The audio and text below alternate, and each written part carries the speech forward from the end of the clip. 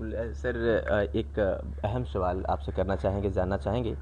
घोसी लोकसभा क्षेत्र में अब जो चुनाव की जो तिथियां नज़दीक आ रही हैं, जी। और ऐसी कंडीशन में एक सवाल सर लोगों के जहन में है कि ओम प्रकाश राजभर अब खुद अपने दोनों बेटों में सबसे ज़्यादा बड़े बेटे को मान रहे हैं। कहीं जा रहे हैं तो वो सिर्फ अरविंद राजभर को ही लेकर के जा रहे हैं, चाहे वो अमित शाह से मिलने का समय लिया हो उन्होंने, फिर या मोदी जी या योगी जी से, जिससे भी कहीं अरुण राजभर नहीं दिखते हैं। तो जब वो परिवार में ही इस तरीके से व्यवहार कर रहे हैं तो आम लोगों के साथ क्या करेंगे सर, क्या कहेंगे? देखिए, ये विपक्षियों की एक साजिश है, या परिवार को भी तोड़ने की या गलत संदेश देने की एक साजिश है। ऐसा कहीं कुछ नहीं है। मैं मंत्री जी के भी नज़दीक हूँ, आदरणीय अरविंद जी के भी नज़दीक हूँ, और अरुण जी से तो मेरी हमेशा बात होती रहती है।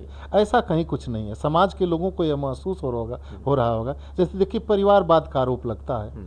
अगर अरविंद जी को उन्होंने चुनाव लड़ा दिया, और मेरा एक अनुमान है अरुण जी को भी फिर राजनीति में लेकर के उसी तरह से घूमे, तो सपा की मुलायम सिंह यादव के परिवार में, लालू यादव के परिवार में फिर अंतर क्या रहा? पूरे परिवार को लेकर के अगर चलते हैं, उनके मन में कहीं होगा कि अरविंद जी पढ़े लिखे हैं या उनकी रुचि होगी तो वो ज़्यादा दिखाई देते हैं, लेकिन अरुण जी के सम्मान में कहीं से कोई कमी नहीं है, न तो उनके मन में कोई असंतोष है। यह विपक्षियों द्वारा एक कल्पित चीज़ है जो जनता के बीच में कही जा रही है। सच्चाई इसमें कहीं नहीं, ना एक पैसा सच्चाई नहीं। गठबंधन के प्रत्याशी राजू राय कहते हैं कि आजमगढ़ से लेकर के मधुबन तक, मऊ तक जो सड़कों का काम था मैंने कराया है। तमाम ऐसे विदेशों में फंसे मजदूरों को कोरोना काल के टाइम्स में मैंने उनको सुविधाएं दी है, सकुशल घर वापसी उनकी कराई है। ऐसे में ये जो मेरा वोट बैंक है वो मुझे छोड़ करके और कहीं नहीं जाएगा। ओम प्रकाश राजभर, अरविंद राजभर के पास कोई एक चीज़ हो तो बता दें कि उन्होंने घोसी लोकसभा के लिए या घोसी विधानसभा के लिए क्या किया है। अब देख लीजिए, घोसी लोकसभा के लिए जो उन्होंने किया है, कोरोना काल में विदेशों में हवाई जहाज खड़े हो गए थे भारत के लोगों को लाने के लिए, कोई किराया उनसे नहीं लिया गया था, मुफ्त में उनकी स्वदेश वापसी हुई थी। अभी यूक्रेन में जो है, यूक्रेन और रसिया का युद्ध चल रहा है, बहुत भयंकर युद्ध चल रहा है, और शिक्षा के लिए बहुत भारतीय वहाँ पर शिक्षा लेने के लिए गए हुए हैं, स्टूडेंट वहाँ पर। अब यह बताइए कि यूक्रेन ने भी कहा कि हम भारत को एक रास्ता दे रहे हैं, वो उतने देर तक हम कोई बमबारी नहीं करेंगे और भारतीय लोग जो है वो छात्र यहाँ से निकल सकते हैं। और रसिया ने भी ये कहा कि हम एक रास्ता का इनको दे रहे हैं और इतने देर से इतने देर तक हमारी कोई बमबारी नहीं होगी, यहाँ से लोग निकल सकते हैं।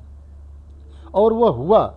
जिस रूट से, जिस एयरपोर्ट से भारतीय लोगों को निकलना था, वहाँ की बमबारी जो है कुछ समय के लिए दोनों ने कहा, पक्ष मानी जो रसिया ने भी कहा और यूक्रेन ने भी किया और उसका पालन भी किया। और उसने कहा कि भारतीय लोगों के पास उनके झंडे रहने चाहिए, तो तिरंगा को ऊपर ले करके और हजारों हजार की तादाद में वहाँ से लोग निकले। और भारतीय ही नहीं, पाकिस्तान के छात्र भी निकले, बांग्लादेश के छात्र निकले, नेपाल के छात्र निकले। उस झंडे के नीचे विदेशी लोग भी जो है, हमारे पड़ोसी लोग हैं, वो भी वहाँ से निकले बाहर। तो राजीव राय जी कैसे कहते हैं कि श्रेय नहीं है भारत को? मोदी सरकार को पूरी तरह से श्रेय है कि विदेश में जब भी कोई मुसीबत की स्थिति आई है, चाहे वो युद्ध की स्थिति हो, चाहे वो महामारी की स्थिति हो, चाहे कोई प्राकृतिक आपदा हो, भारतीय लोगों को निकालने के लिए मुझे लगता है कि इस सरकार ने जितना प्रयास किया है और जो मौके पर दिखाई दे रहा है, पिछले किसी सरकार ने इतना प्रयास नहीं किया। तो आदरणीय राजीव राय जी का यह आरोप गलत है कि सरकार ने नहीं किया है। सरकार ने बहुत किया है।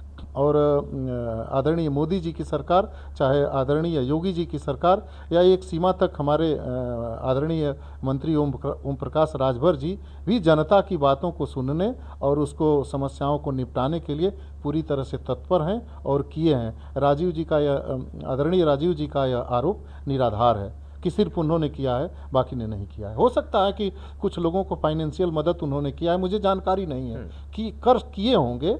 तो वह जनप्रतिनिधि अगर बनना चाहते हैं तो उनका कर्तव्य है, अपने कर्तव्य का निर्वहन किए होंगे। लेकिन यह आरोप लगाना कि सिर्फ उन्होंने ही किया है, उनसे बहुत बड़े पैमाने पर भारतीय जनता पार्टी की सरकार ने, चाहे माननीय ओम प्रकाश राजभर जी ने, ओम प्रकाश राजभर जी देखिए वहाँ पर जब कोरोना काल था तो हमसे उन्होंने कहा था कि कुछ लोग हमारे बॉम्बे में फंसे हुए हैं, कुछ लोग वहाँ सूरत में फंसे हुए हैं। हमने कहा कि बड़े भैया, जो लोग फंसे हैं उनका मेरा नंबर दीजिए, और जिन लोगों का नंबर हमारे पर आ जाता था या हम उनको नंबर दिए वहाँ से कि आदरणीय ओम प्रकाश राजभर जी ने आपका नंबर दिया है। मैं 2-2 हज़ार रुपया जितने लोग आए थे सबके खाते में हमने लाखों से ऊपर पैसा जो है वो 2-2 हज़ार 1-1 हज़ार पूछा था कि कितना आपको लगना है, कितना आप में घर आ जाएंगे, तो हमने दिया था। आप माननीय मंत्री जी से इस चीज़ की दरियाफ्त कर सकते हैं।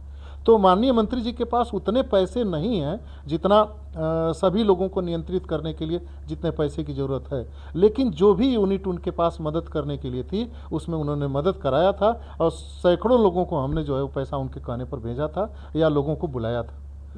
तो ये थे हमारे साथ अश्विनी सिंह जी। इन्होंने हमारे हर सवालों का बेबाकी से जवाब दिया।